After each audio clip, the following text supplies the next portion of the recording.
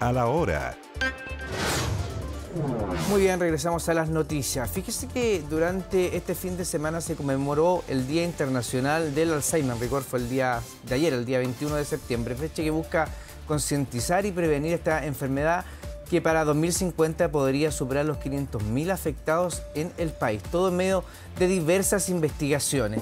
Para entender el avance de esta enfermedad y para profundizar en el tema, nos acompaña la doctora en Ciencia de Fisiología Humana y Académica de la Universidad de la Frontera, Paulina Sepúlveda, a quien saludamos también con mucho afecto, porque yo también salí de esa universidad. ¿Cómo está?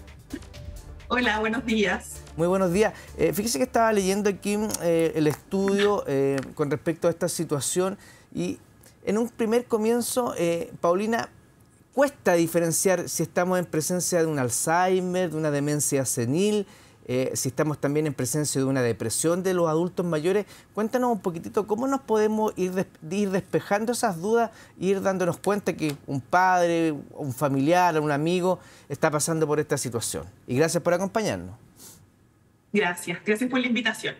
Primero que todo, comentar que actualmente ya no se habla o no existe la demencia senil, ¿ya? Ese es un término que se usaba antiguamente, porque hoy sabemos que el envejecimiento es un deterioro de la función cognitiva, pero en ningún momento va hacia una demencia, o sea, no es una patología. Por lo tanto, ya se erradicó el término demencia senil. O sea, envejecimiento no es sinónimo de demencia ni de esas alteraciones. Sí, la demencia es un conjunto de patologías neurodegenerativas y la más prevalente, la más predominante, la causa principal es la enfermedad de Alzheimer, el 70% de los casos. ¿Ya? Esta es te voy a contar un poquito, es una patología que altera o tiene modificaciones metabólicas en el cerebro y hay cambios en su función y por lo tanto se altera la comunicación entre las neuronas. ¿Dónde está el punto de quiebre entre el envejecimiento normal y la demencia? El envejecimiento normal podemos tener alteraciones cognitivas, pero no van a afectar nuestra calidad de vida ni nuestra independencia. Cuando vemos alteraciones que afectan la calidad de vida, que afectan la independencia de la persona, podríamos estar en presencia de alguna demencia. ¿Qué factores son interesantes de notar? Por ejemplo, si a mí se me olvidan las llaves o no me acuerdo de alguna dirección, podría ser algo normal. Pero si no soy capaz, por ejemplo, de seguir una conversación, olvido cosas rutinarias normales, o no soy capaz de realizar tareas dentro del hogar, o no soy capaz también de manejar dinero, esos sí son síntomas de alerta para tener en cuenta y considerar y ya acudir a algún neurólogo para poder hacer un diagnóstico precoz. Sí, fíjate que estaba leyendo aquí que el Ministerio de Salud actualmente estima entre 200.000 las personas en nuestro país que tienen algún tipo de demencia. Y es bien particular eso, porque yo no sé si con respecto al Alzheimer se está haciendo un corte, nos estamos dando cuenta o hay personas que empiezan a padecer esta enfermedad a más temprana edad. Mire, el Alzheimer, los marcadores cerebrales se comienzan a aparecer 20 años antes de que la enfermedad se manifieste, ¿ya? Y existen dos tipos de Alzheimer, una que se produce de forma temprana, que es antes de los 50 años, y la verdad que esos casos son bastante bajos, son hasta el 10%, y el resto de los casos se produce por el Alzheimer que es tardío y que se produce después de los 65 años. Y los factores de riesgo, principalmente existen factores que son modificables y factores que no son modificables. Los factores modificables son los que tenemos que trabajar, porque si bien los factores no modificables son la edad, porque la edad es el principal factor de riesgo, el sexo, que afecta principalmente a mujeres, y también la genética, el 40% de los casos se produce por factores que pueden modificarse, como por ejemplo la alimentación, el ejercicio físico, la vida social, la interacción entre personas, etc.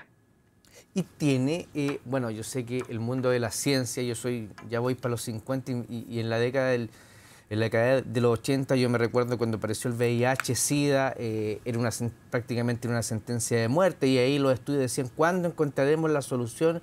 Hoy día sabemos que hay un tratamiento prácticamente universal y han bajado muchísimas las tasas de muerte, pero con respecto al Alzheimer, Paulina, ¿cómo va la investigación? ¿Cómo va el mundo científico con respecto a encontrar algún tipo de solución médica al respecto, algún fármaco? La verdad es que actualmente no existe una cura concreta para el Alzheimer, no la hay. Existen algunos medicamentos que pueden atenuar algunos síntomas, pero no hay nada concreto en relación a cura.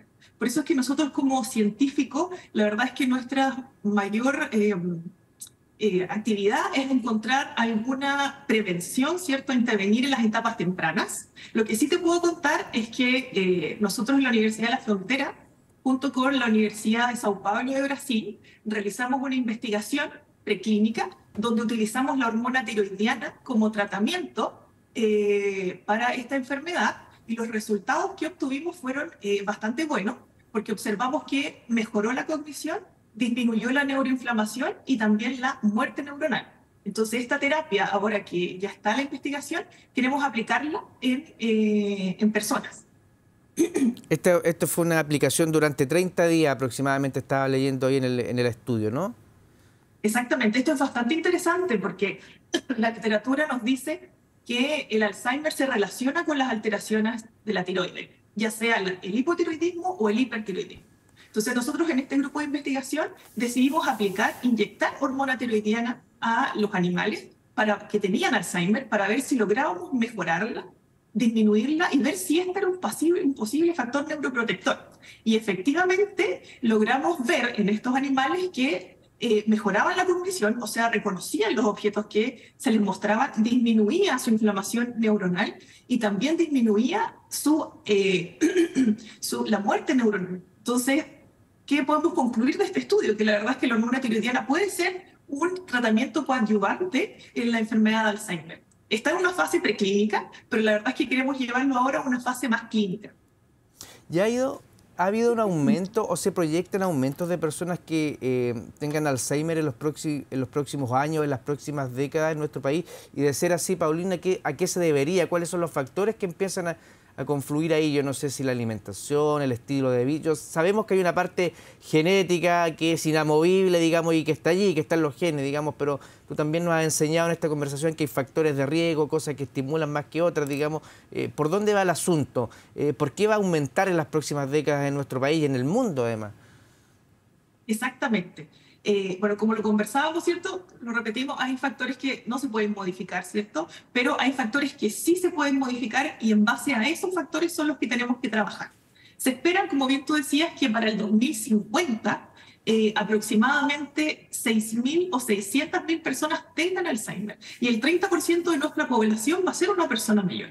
Entonces esto ya es un factor de riesgo de por sí. Vamos a tener una población envejecida.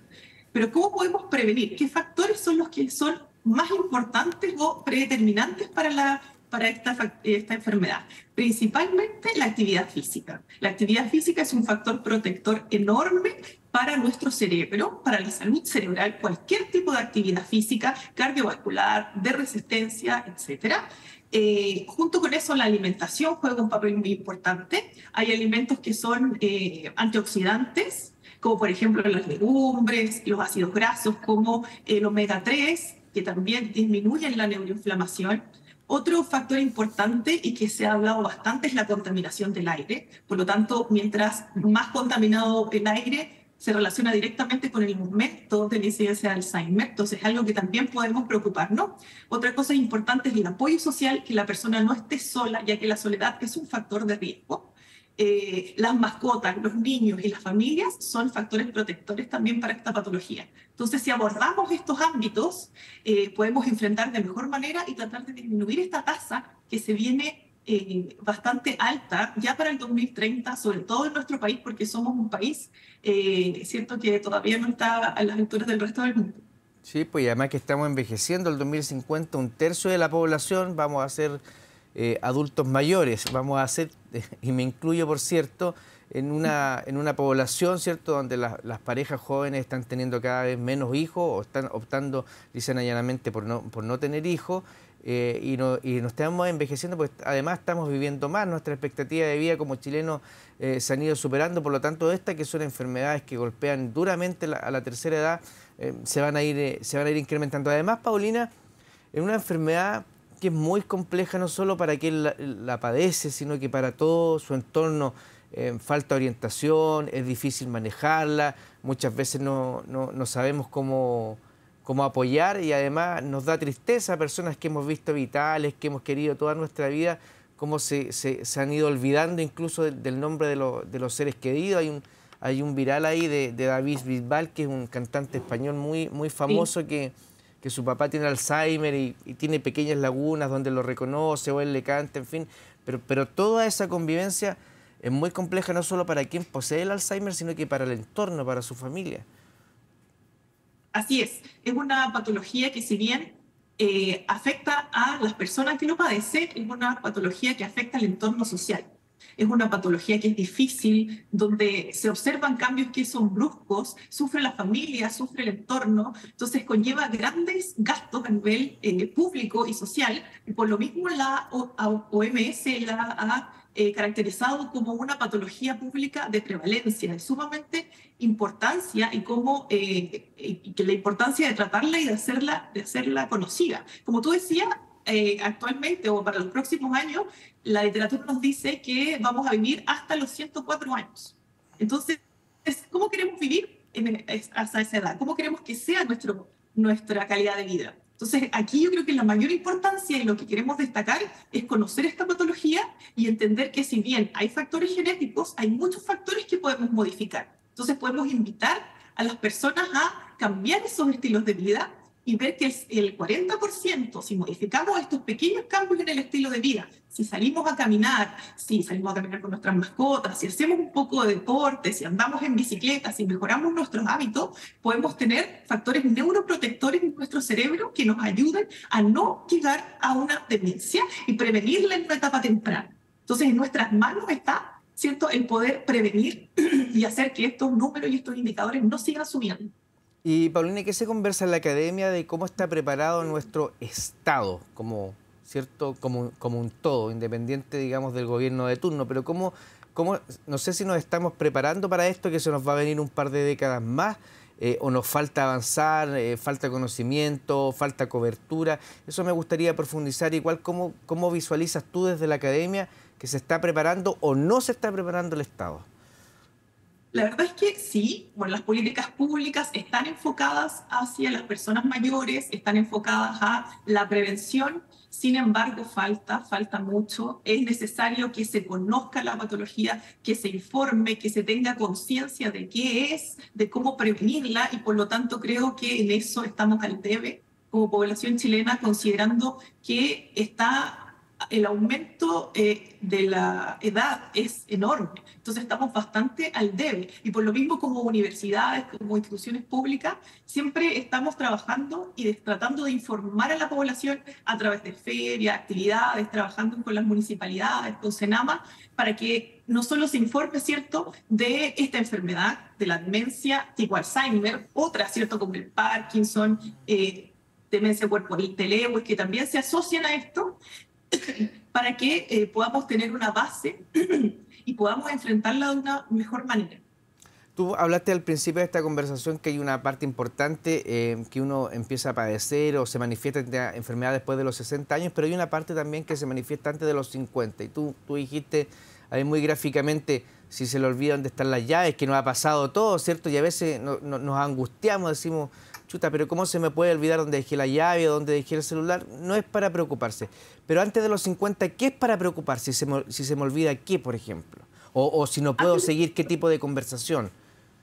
Claro, por ejemplo, es muy normal, ¿cierto? Porque el estrés, la ansiedad, todo eso nos hace olvidar ciertas cosas. Pero antes de los 50 años, la verdad es que esta patología, al ser genética, porque tiene un componente más genético, la patología temprana, tiene un avance que es más rápido. Entonces, si ya no puedo seguir una conversación, si no puedo hacer mis actividades de la vida diaria, si repito una conversación más de 2, 3, 4 veces, mi familia ya debería poner ojo y atención en ese comportamiento. Y además lo más importante es que yo deje de ser autovalente. Cuando la persona no puede manejar el dinero, que es una característica importante a considerar. Entonces el dejar de ser autovalente, de ser independiente, eso es un factor de alerta grande para esta patología principalmente. Sí, es verdad. Bueno, y tendremos que también ir adaptándonos a esto y ojalá que la ciencia también en paralelo, Paulina, pueda ir haciendo los avances necesarios, lo suyo, porque las expectativas de vida han aumentado y enfermedades que hace un par de décadas se consideraban incurables, ahora lo son, o sea, no tienen cura, pero sí tienen tratamiento, ¿cierto? Y prolongan la vida de las personas. Ojalá que con el Alzheimer, que ha sido tan complejo también, estos avances no solo se hacen en Chile, sino que se hacen en todo el mundo, Paulina. Me imagino que toda la academia de todo el mundo está volcada también porque al mundo se le viene encima eso y como van un poquitito más adelantados en Europa, ya sus poblaciones viven más, hay políticas públicas de la tercera y cuarta edad que se ha hablado en algún momento, ellos también están bastante preocupados al respecto. Exactamente. Una cosa importante igual que salió hace poco publicado, ¿cierto? Que ya está dentro de las causas de muerte, dentro de la quinta causa de muerte en nuestro país, el Alzheimer y el Parkinson. O sea, estamos llegando a niveles altos, muy altos de esta patología. Entonces, salió publicado recientemente la semana pasada que ya estamos, se considera el Alzheimer y el Parkinson dentro de la quinta causa de muerte a nivel nacional. Y claramente, como tú lo dices, o sea, las estrategias, tanto a nivel nacional como a nivel internacional, están todas volcadas, por supuesto, al tratamiento, pero principalmente ahora estamos tratando de la prevención temprana, el diagnóstico temprano y de intervenir en las etapas previas, como por ejemplo el deterioro cognitivo leve, que es la etapa predómica previa al Alzheimer. Entonces, por lo general los científicos nos volcamos, ¿cierto?, a las etapas de prevenir, porque si bien el tratamiento es sumamente importante, la prevención, la etapa previa, es la que nos acerca más al no llegar a tasas elevadas. Muy bien, Paulina Sepúlveda, académica de la Universidad de la Frontera, muchísimas gracias, tenemos que seguir avanzando en las noticias. Muchas gracias por esta conversación en el Día Internacional del Alzheimer que se conmemora el 21 de septiembre. Nosotros quisimos conversar de esto en esta fecha. Muchas gracias. Muchas gracias a ustedes, que estén muy bien. Claro, que estés bien.